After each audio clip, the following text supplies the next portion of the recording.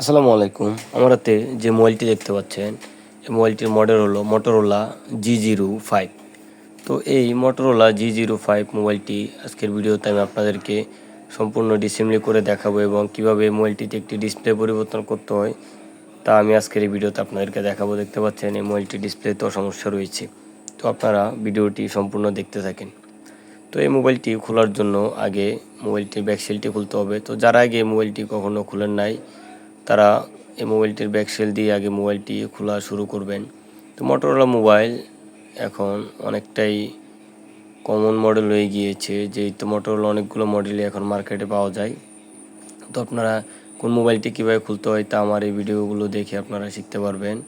আমি আমার এই ইউটিউব চ্যানেলে প্রত্যেকটি মোবাইল খোলার ভিডিওই দিব, প্রায় অনেকগুলো মোবাইলেরই ভিডিও দিয়েছি। তো আপনারা আমার ভিডিওগুলো দেখবেন, তাহলে যে কোনো মোবাইল খুলতে পারবেন। তো আপনারা দেখতে পারতেছেন যে আমি ব্যাকসেলটি কীভাবে খুলতেছি। আপনারাও এই Motorola G05 মোবাইলটির ব্যাকসেল এভাবেই খুলবেন। এখন আমি এই মোবাইলটি সম্পূর্ণ খোলার পর একটি ডিসপ্লে লাগাবো। তো আপনারা ভিডিওটি সম্পূর্ণ দেখতে থাকেন।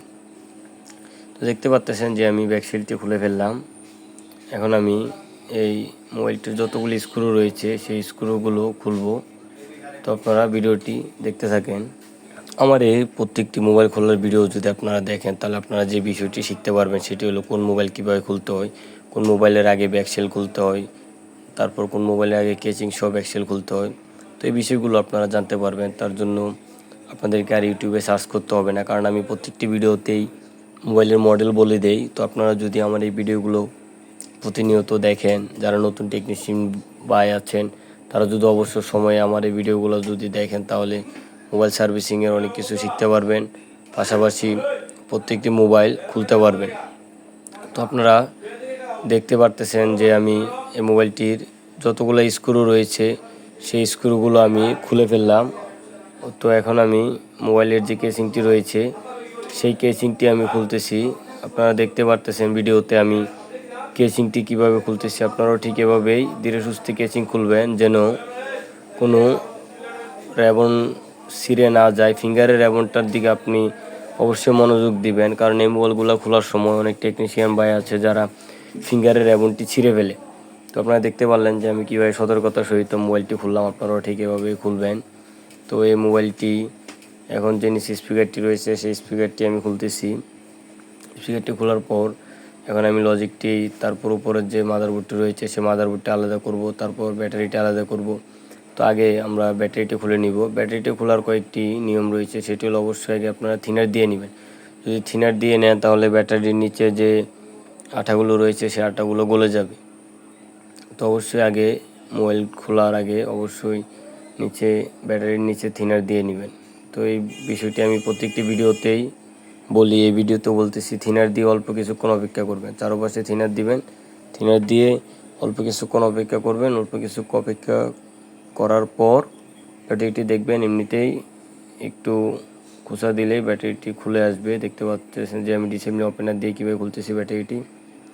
তো যারা আমার এই ভিডিওগুলো সবসময় দেখেন তারা অবশ্যই আমার ভিডিওতে একটি লাইক, একটি কমেন্ট এবং একটি শেয়ার করবেন, কারণ আমি মূলত ভিডিও দিয়ে থাকি নতুন টেকনিশিয়ান ভাইদের জন্য, যারা নতুন নতুন মোবাইল সার্ভিসিংয়ের কাজ শিখতেছে, অনেক মোবাইল খুলতে পারে না এবং বিভিন্ন সমস্যার সমাধান দিয়ে থাকি। তারা আমার ভিডিওগুলো দেখে অনেক কিছু শিখতে পারবে। আর আমার কাছে বিভিন্ন universal logic, universal display, universal switch এবং ইউনিভার্সাল ব্যাটারি অনেক লিস্ট রয়েছে। আপনারা চাইলে সেই লিস্টগুলো নিতে পারেন। যারা নতুন কাজ শিখতেছেন তাদের অনেক উপকারে আসবে। তো তারপর মোবাইল সার্ভিসিং শেখার পিডিএফ ফাইল রয়েছে অনেকগুলো। মোবাইলে বিভিন্ন সমস্যার সমাধানের পিডিএফ ফাইল রয়েছে, আপনারা চাইলে সেই পিডিএফগুলো নিতে পারবেন। তার জন্য আমার হোয়াটসঅ্যাপ নাম্বারে আমার সাথে যোগাযোগ করেন। আমি পিডিএফগুলো কীভাবে নেবেন তার নিয়মকানুন বলে দিব। তো এখন আমি এটির যেহেতু ডিসপ্লে পরিবর্তন করব, তো পুরাতন ডিসপ্লেটা আমি উঠিয়ে নিতেছি। তার জন্য আমি হিট দিয়ে নিলাম। আপনার ভিডিওতে দেখতে পারতেছেন যে আমি হিট দিয়ে নিলাম। তারপর যে ওপেনারটা রয়েছে সেই ওপেনার দিয়ে আমি ডিসপ্লেটি খুলে নিলাম। তো আপনারাও ঠিক এভাবেই ডিসপ্লেটি খুলবেন।